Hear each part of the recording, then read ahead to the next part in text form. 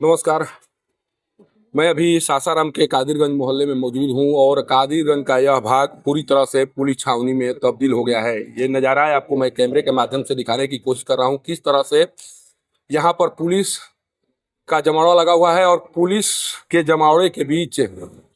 SP Roshan Kumar के नेतृत्व में इसी घर में छापेमारी चल रही है। देखिए, यही वो मकान है जिस मकान में एसपी रोशन कुमार मौजूद हैं और पहले सुबह 2 बजे से यहाँ इस घर में छापेमारी चल रही है और छापेमारी के बीच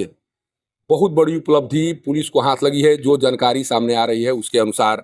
सोचिए कि किस तरह से पुलिस के द्वारा इस घर में छापेमारी की प्लानिंग तैयार की गई और उसके बाद जिस तरह से प्लानिंग के तहत काम किया गया, उसी का परिणाम है कि बहुत बड़ी कामयाबी पुलिस को यहाँ पर मिलने की जानकारी सामने आई है। इसी घर में अभी तमाम बड़ी अधिकारी स्वयं इस जो छापेमारी अभियान है इसका नेतृत्व एसपी रोशन कुमार जी कर रहे हैं और सासाराम शहर में इस तरह की कार्रवाई बहुत दिनों के बाद पहली बार दिखाई पड़ रही है। इस तरह के नज़ारे आपको सासाराम शहर में कभी भी दिखाई नहीं पड़े होंगे। इस तरह के अभियान किसी व्यक्ति या घर के विरुद्ध कभी भी चलते हुए आप नहीं देख पाए होंगे, लेकिन आज का जो दृश्य है वो बता रहा है कि किस तरह से सासाराम शहर में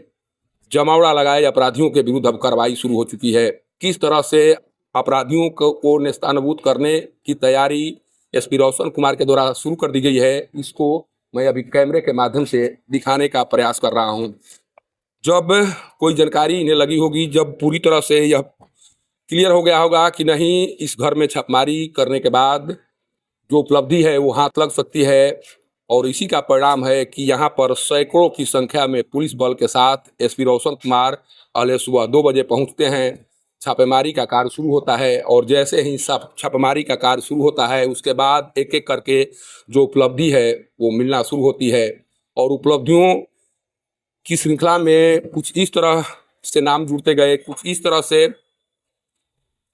गैर कानूनी तरीके से रखे गए सामानों की बरामदगी हुई है। जिस तरह से यहाँ सोचिए कि ये शहरी इलाका है और शहरी इलाका में इस तरह से अवैध गतिविधियों के संचालन किया जाना, ये कहीं न कहीं उस हिम्मत को दाद देता है जिस हिम्मत के बदौलत किसी गोपाल चंद्रवंशी नामक इस व्यक्ति है जिसका घर है वो गोपाल चंद्रवंशी नामक व्यक्ति का घर है और कहीं न कहीं उस तरह के दुस्साहस इसके द्वारा दिखाने की कोशिश की गई है जिसके तहत शहरी भाग में होने के बाद भी जो गैर कानूनी कार्य है वो इस घर से संचालित हो रहा था, जिसकी भनक शायद एसपी को लगी। उनके द्वारा प्लानिंग की गई और प्लानिंग के बाद जो कार्रवाई यहाँ पर होती हुई दिखाई पड़ रही है, जिस तरह से अंदर में सारे चीज़ों को खंगाला जा रहा है, सभी कमरों की तलाशी ली जा रही है और एक एक करके यह जानने का प्रयास किया जा रहा है कि इस घर में कितने दिनों से इस तरह की गतिविधियों का संचालन हो रहा था, किस तरह से यहाँ पर नेटवर्क चल रहा था। शायद कुछ लोगों की गिरफ्तारी भी हुई है, लेकिन पूरी जानकारी तब सामने आएगी जब एसपी के द्वारा इस मामले में प्रेस वार्ता का आयोजन किया जाएगा। लेकिन फिलहाल जो नज़ारा दिखाई दे रहा है, इस नज़ारे के माध्यम से सासाराम शहर में अवैध गतिविधियों को संचालित करने वाले लोग सचेत हो जाएं,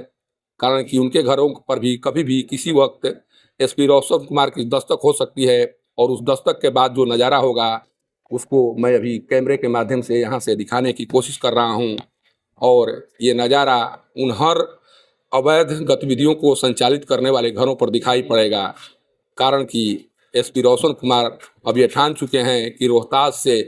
अपराध का नामो निशान मिटा देना है और उसके तहत उनकी कार्रवाई अब शुरू हो चुकी है।